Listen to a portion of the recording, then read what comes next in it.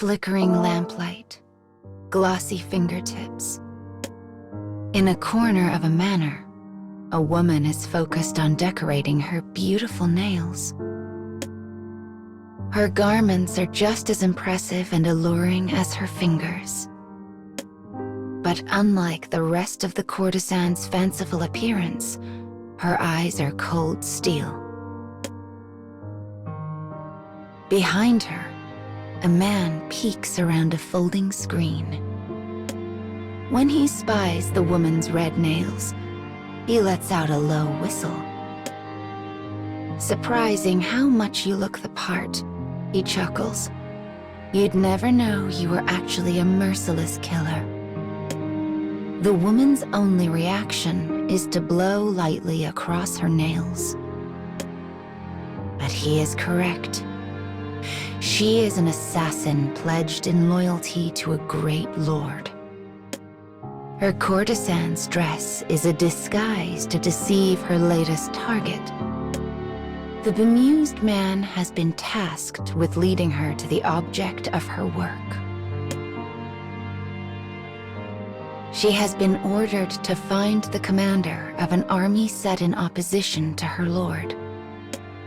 The commander has a well-deserved reputation for both lewdness and depravity.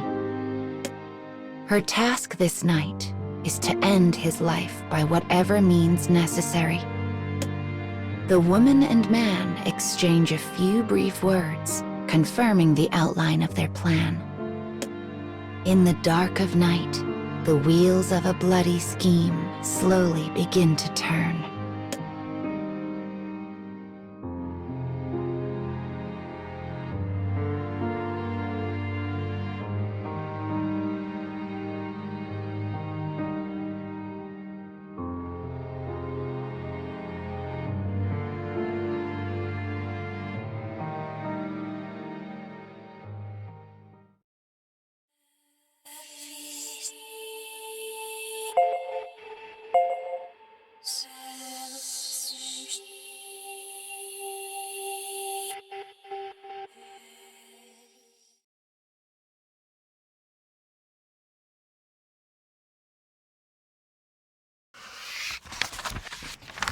The disguised assassin and her assistant set off as she had been asked for directly by a man of such high rank. It is a simple thing for them to leave the pleasure district. When they arrive at the castle, the guards escort them to a door of magnificent construction. Once there, they forbid the man from going any further. They then turn their gazes to the woman, not even attempting to hide their lust. "Do well," says the man before he vanishes back down the hall. "Do very well indeed." The woman is brought into an inner room. The commander looks her up and down, a prurient smile smeared across his face. "I have been waiting for you," he murmurs. Before another moment can pass, the guards grab the woman and bind her. Though her freedom of movement has been stolen, she continues gazing at the commander with a cool, almost bored expression. His only response is to bellow with laughter. My, he cries. It seems even the most infamous of demons is nothing but a child once robbed of her mettle. He wipes a thin line of spit from his mouth before continuing. "Oh yes, my dear. I know all about your plan. Your little friend was happy to tell all he knew in exchange for some of my gold.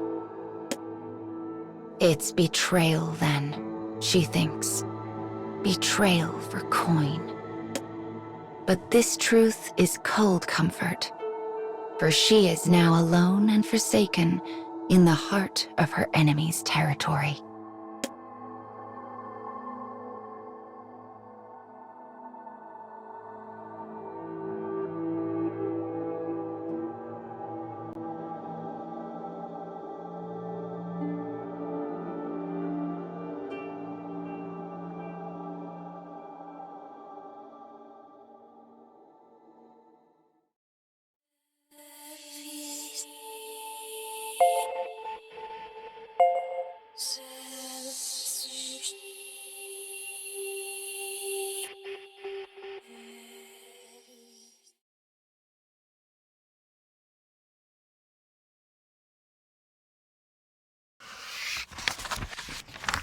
The assassin had disguised herself as a courtesan and entered the enemy's base in order to slay their commander. But the work of a treacherous spy now finds her bound in front of her would-be target. The commander leers at his assassin with scorn. His face expands into a grin. "You came here disguised as a courtesan," he says. "Perhaps it's time you served that purpose." He looks at the guards as he says this, and they respond eagerly. But then, a faint shadow of surprise moves across his face. There is a slight sound, almost a whistle, and then an utter, perfect silence. A single hairpin juts out from the commander's forehead. The man crumples to the ground with a soft thud. In the same moment, the rope binding the woman's wrists falls to the floor in 2 neat pieces. Panicked, the guards draw their swords, but they have been a step behind all along. The woman allowed herself to be bound in order to lower their defenses and reduce the number of enemies present. And she made sure her carefully filed nails were sharp enough to sever any rope. Nothing had been left to chance. Slowly, so slowly, she raises her hands and extends the fingers. Her polished red nails are the talons of some great and terrible beast. And when the alarm drum finally sounds and guards come swarming into the room, all they find is a woman drenched in blood.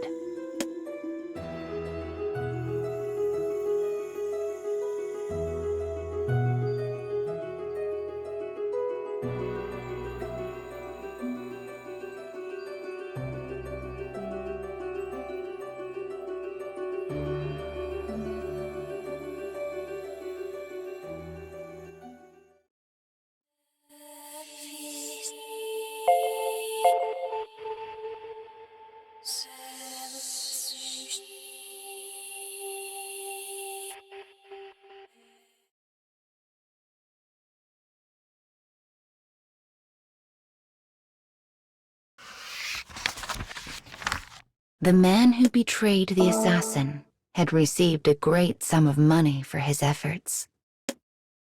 The knight now finds him miles from the enemy camp. As he counts his coins, a broad smile crosses his face. "Do well," he whispers. "Do very well indeed." His final words had not been meant for his assassin partner. They were instead meant for her guards. But there is no way she could have known, which makes his betrayal all the sweeter. As he thinks on this, an indescribable feeling of amusement wells up inside of him. Chuckling, he lifts his hand and prepares to sweep the pile of coins into his purse. But he is stopped by a sudden, terrible pain. A familiar blade has pinned his hand to the ground. Standing in front of him is the very woman he had been laughing about not a moment before. Cold sweat drips into the wound, and the man cries out. In a high, nervous voice, he begins to stammer out a pathetic series of apologies. "My daughter is sick. I needed the money for her treatment." But the woman simply continues to appraise him coldly. When she speaks, her face is a mask. "It's not personal," she says. "You're just another target. I knew you would betray me from the start." As she raises her blade, she glances down at the man's skewered hand. The blood pouring from the wound paints his nails red, almost as though he had intended for them to look that way. The woman stares at them for a moment before uttering the last words the spy would ever hear.